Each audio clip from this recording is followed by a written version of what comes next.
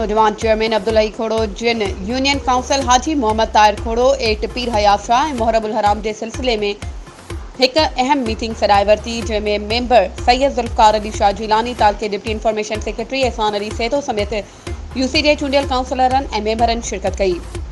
हुन मौके ते चेयरमैन ख़ासि करे मुहर्रम उल हराम के हवाले सां सफ़ाई सुथराई में ऐं मातमी रूट्स की रोशनी के यकीनी बनाइण ते ज़ोर ॾिनो ऐं सख़्त हिदायतूं जारी कयूं। यूसी चेयरमैन अब्दुल हई खोड़ो चयो त बुनियादी सहूलतूं अवाम जो हक़ आहे।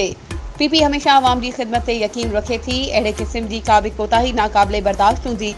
हुन वधीक चयो त इंशाअल्लाह यूसी जी अवाम सां हर क़िस्म जो सहकार कयो वेंदो। हुन मौके ते यूसी में पहिरियों दफ़ो आयल महिमाननि खे चेयरमैन अब्दुल हई खोड़ो अजरक पिणु ओढ़ाया।